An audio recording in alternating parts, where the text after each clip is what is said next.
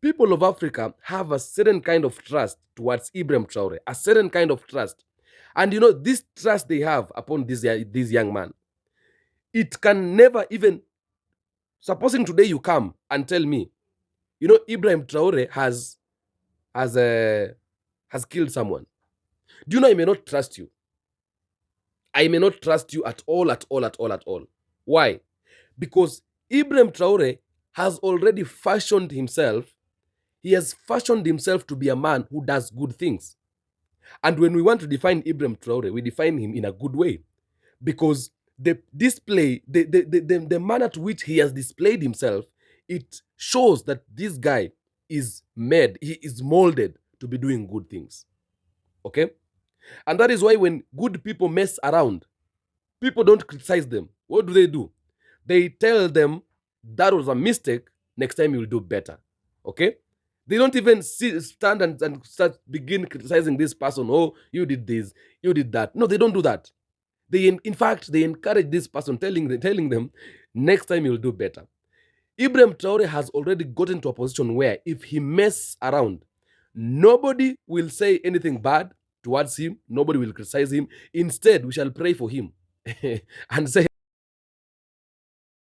welcome back again to African Streamline Space. This is your space that I tell you always. And today, I have questions for you. I have questions for you today, and I want to see your answers. How are you going to answer this question? So, question number one is, how do you feel, or rather, if you are you're just walking around and then on the social media you happen to find someone who is maybe talking bad or criticizing Ibrahim Traore, what will you do? What will you do?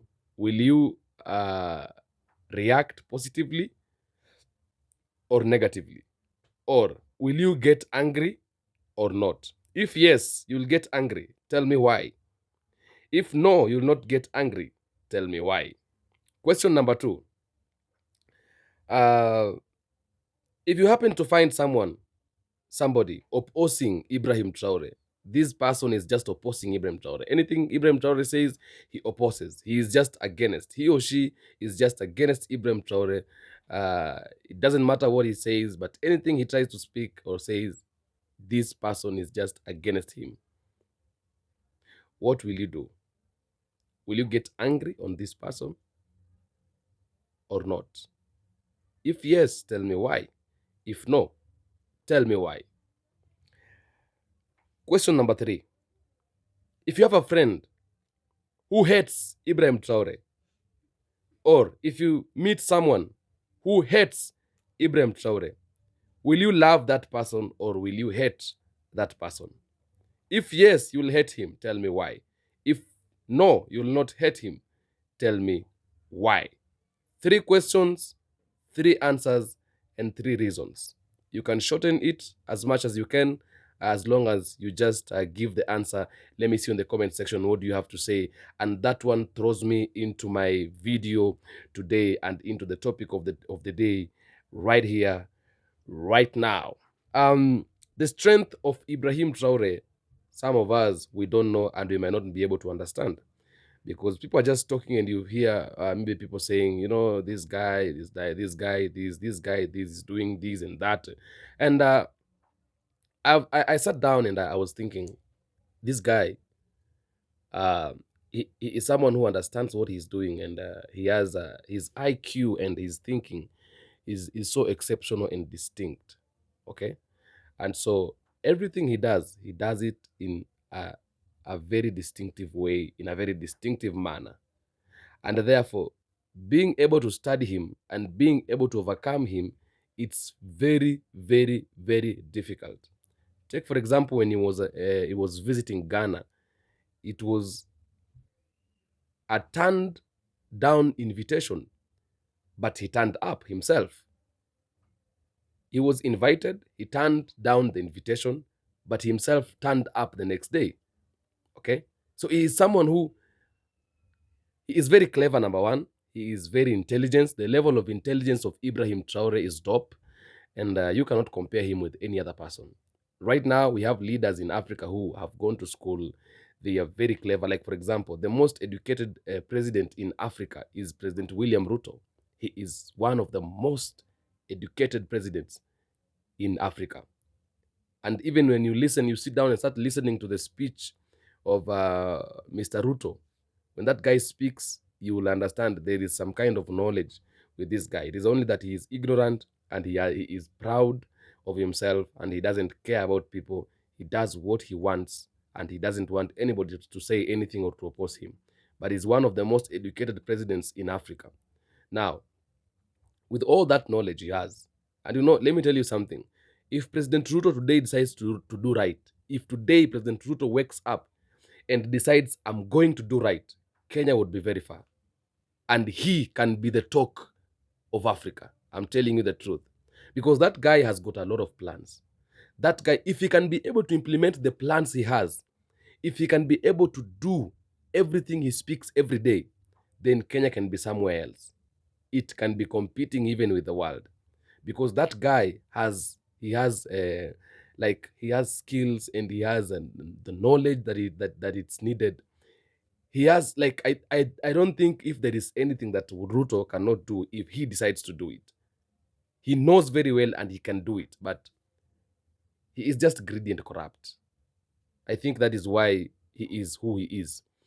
But Ibrahim Traore has appeared and he has happened to know not more of skills, not more of maybe going to school and having knowledge. Because sometimes all these things about going to school and having knowledge on all these things, sometimes they get to a point when they don't help you.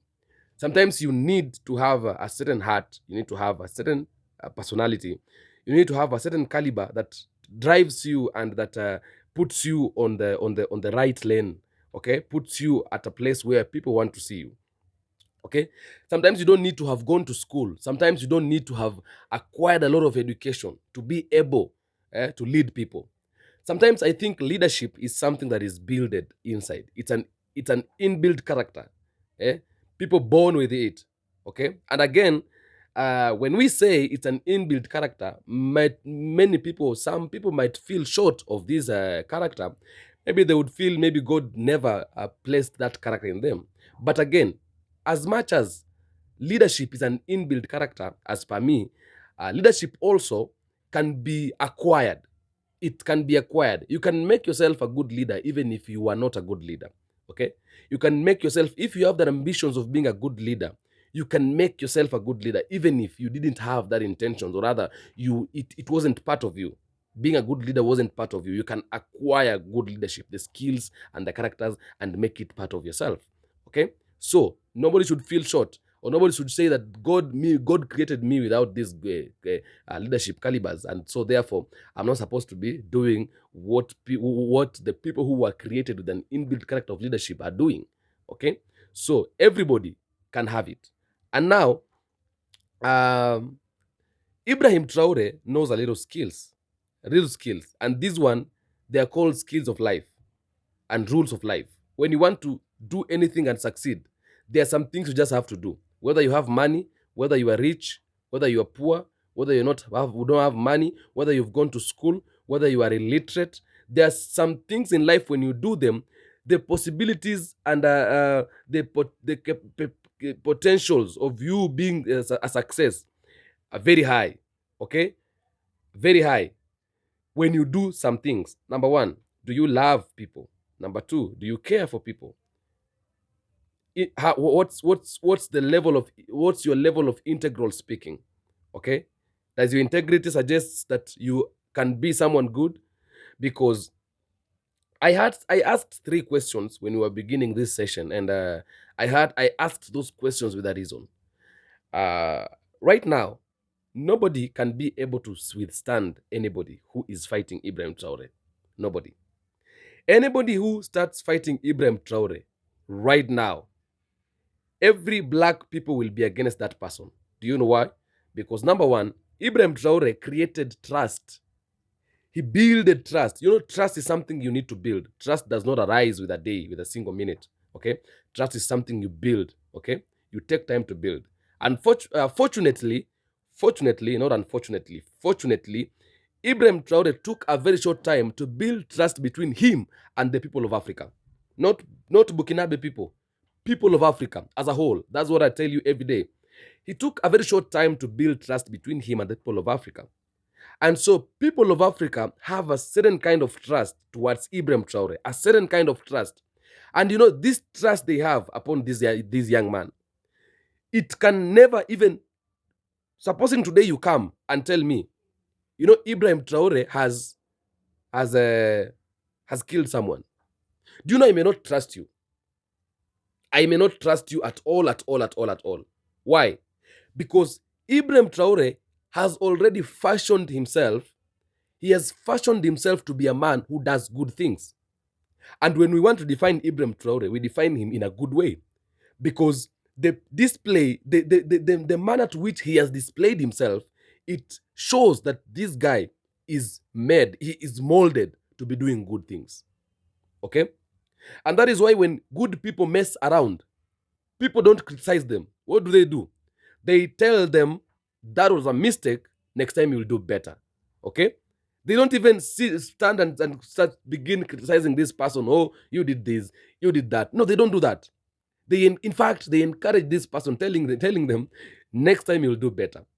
Ibrahim Traore has already gotten to a position where if he mess around, nobody will say anything bad towards him. Nobody will criticize him. Instead, we shall pray for him and say, you know what, you guy, that was a mess, but it was a mistake, and next time you'll do better. So he has made ourselves, like he has made us not to allow ourselves see him as a bad person, because he has fashioned himself in a position of being a good person. We know him by doing good. We don't know him by doing bad. We know him by loving people. We know him by caring for people. So that trust is built already. Okay? He took his time to build trust first. And that is why when he took power, he promised people of Burkina Faso that after a period of time, I'll take power back to the people so that they can be able to to go to the ballot and vote for the next leader they want him to come to power. But when that time came, people banged the streets and they said, you know what? We don't need to vote. We don't need to elect any other leader. What we want is to sustain this leader we are having, is to sustain you and have you in this government for another period of time, because you have already proven to us that you are the capable man and you are the appropriate person for this assignment. Okay? He proved to them. So that was trust. They trusted him. They had already trusted him, and they know, if not Ibrahim Traore, nobody else. That is number one. How can a leader build trust from people? You can only build trust from people not by walking around and telling people, you guys, you need to trust me. You guys, I want you to trust me because no. Actions will always speak louder than words. Words will be many, actions will be few. But all the times, actions will always surpass the words, because words do not have power than the way actions have. Someone will tell you, yeah, I will come. Another person will tell you, I'll not come. But the person who said I'll not come will make an appearance. The person who said I'll come may not come. Between the two, who has made an impact? Someone who said I won't come, but at the end of the day, he appeared. Okay? So the other person who said I will not come, who said I will come and he never come, out of his absentia, we shall begin talking about him, saying, oh, this guy said he will come, he never came, he's a liar and all those sorts of things. But the person who never said I will come, but he appeared, he acted even without speaking. Okay? What will we do? We shall begin congratulating him and telling him you are a good person. You see that? So actions will speak louder than words. Okay? That's why an empty debe makes a lot of noise, because it's empty. But someone who has something inside him, someone who has knowledge and something is inside him, does not speak much. He speaks less and acts much. Okay? So he built that trust through acting, and people nurtured Ibrahim Traore. That is number one thing. You cannot extract Ibrahim Traore from that seat. That guy has survived 18 assassinations. Every time they try, he survives. They try, he survives. Okay? Number two, people love him. And this love that people love him, he created this love, this kind of a love.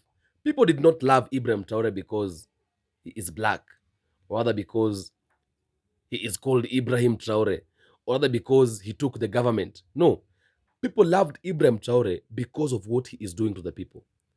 This is a man who has the interests of people. Haven't you seen Ibrahim Traore walking in the villages? He walks in the villages.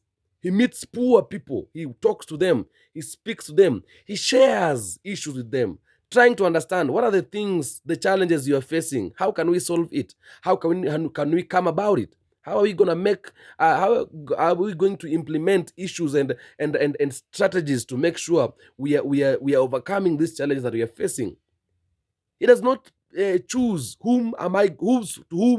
whose home am I going. He does not exclude other people. He includes everybody because he understands we are all humans and we all are looking up to him. He knows that he's serving everybody. So he walks there. He meets the poor people. He talks to them. You have seen these things happening. He is a man who understands what he is doing. He is a man who has the love of people. Love of people, the interest of people at heart and at hand. Every time he wakes up in the morning, he knows I'm supposed to be working for the people. He knows I am chosen for the assignment and I must deliver. I must appear to this assignment every day and every time. My presence should be seen in this assignment every time. That is what he does. Okay, that's part of life to Ibrahim Traore. So people, even it doesn't matter which kind of a person you are, but you can never fail to love Ibrahim Traore. Anybody who hates Ibrahim Traore, you have a problem. You have a very big problem. You need to be checked because for God's sake, for heaven's sake, how can you not love Ibrahim? How can you not love this guy? So that love has also made him powerful. Ibrahim Traore is not powerful because he's walking with guns around. He is not powerful because he's walking with bodyguards around. I'm telling you the truth. How many people have we seen them walking with bodyguards, walking with guns everywhere they go? But at the end of the day, they die. What happened to Muammar Gaddafi? These were the people who were used to war now. If it's about war, let's take it down the way it is. We don't care. But at the end of the day, what happens? They come and die. Okay? A lot of people have been killed even with the securities. Sometimes betrayal. Sometimes other people will betray you. People who work with you, people who eat with you at the same plate, people you share ideas with, they are just paid and they eliminate you. But, even if I would have a bodyguard, I would be a bodyguard to Ibrahim Traore. I would not accept it. Why? Because this guy has made me love him. I tell you, do you think these bodyguards who are working with Ibrahim Traore have not been bribed to kill him? Some of them have been presented to a lot of money. A lot of cash has been presented to them. They've been told, if you can be able to do this, we shall do this, we shall do this to you, we shall take care of you, But nobody has ever accepted. Do you think it's because of just being loyal? It's not about loyalty. It's about love. Because love will attract loyalty. They are loyal because this guy has made them to love him. That is why Ibrahim Traore is powerful. Ibrahim Traore is a kind of a person who understands some rules of life. Some rules of life. He understands those rules very well. He knows I'm supposed to do this to get this. I'm supposed to do this to be this way. You don't expect people to love you. Like, for example, you cannot love Tinubu. How can you love Tinubu, for heaven's sake? How can you do that? Because he has not created that environment, that conducive environment for the love rays to be able to pass here and around here so that you can be able to love him. He can be able to love. In fact, he does not love people. When you love people, anybody who is working with the Western countries, with the Western powers, with the imperialists, that person does not love Africans. Because you're serving people who does not care about you. And we here, Africans, people who care about you, you don't care about us. There is no love there. People who love Africans are people who are working for Africans. Okay? So, it is very difficult for you to destabilize Ibrahim Traore because he has pillars within him. Pillar of love, pillar of trust. Number three, this guy is caring. We care for Ibrahim Traore because Ibrahim Traore is caring. He cares for the people. He cares for the land. He cares for Africans. He cares for black people. That is why he is very strong. Even these people who are surrounding him, he cares for them. He doesn't want to know you are rich or rather you are poor, you are sleeping in the house, you are sleeping outside, you are clean, you are dirty. He does not want to care about that. It's none of his business. As long as you are a human being like him, you are a human being who is born of a woman. He cares for any human being. And these are the kind of people that God will always protect. Because if you love people, God will love you. When God loves you, God will protect you. If you care for people, God will care for you. Okay? When God cares for you, God will protect you. If you have made people trust you, God will have to trust you. When God will trust you, He'll give you many ideas and He will make you a successful person. By making you a successful person, you will also be protected by God.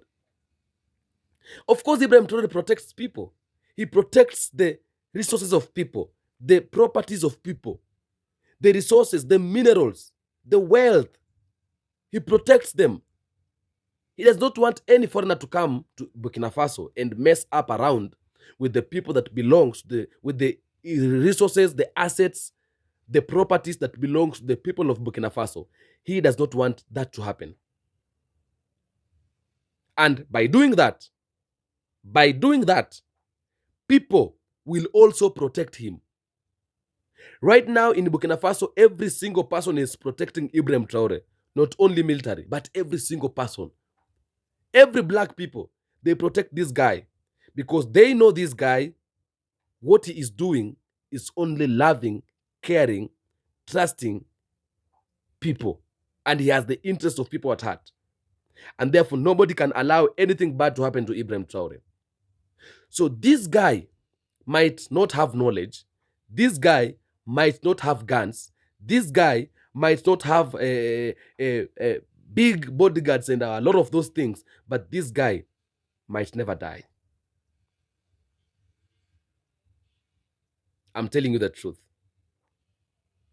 Because he understands that power belongs to the people. Power belongs to the people. And if power belongs to the people, if power indeed belongs to the people, yeah, that means for you to have this same power that belongs to the people, you need to be a servant to the people. You need to serve people. When you serve people, the power that belongs to the people transmits to you direct. Okay? Because when people love you, when people care for you, it means you're becoming powerful. That is why if anybody tries to talk bad or ill against Ibrahim Traore, all of us black people will wake up and fight that person very bad. So that is the strength of Ibrahim Traore. He understands. He knows. He knows people who are selfish don't stand. He knows people who are corrupt, people who are greedy, people who don't care about people, they don't stand. He knows people who are full of hatred, they don't stand. Ibrahim Traore knows that. I can tell you that for free. He knows. He knows it. He knows it. He knows as a leader, I must help people. He knows. He knows it. I can tell you that for a fact. He knows. And that is why he is exceptional. He is distinct. He is so different. You can never compare him with anybody. So, we have seen leaders in Africa who have no these qualities. And these leaders we've seen in Africa, who doesn't have these qualities, see how people are reacting to them. See how people are criticizing them. Talk of Ramaphosa. Talk of William Ruto. Talk of President Tinubu. Talk of all those presidents you know. Mention them. Mention them. All of them. Mention all of them. And we don't love them. We don't care about them.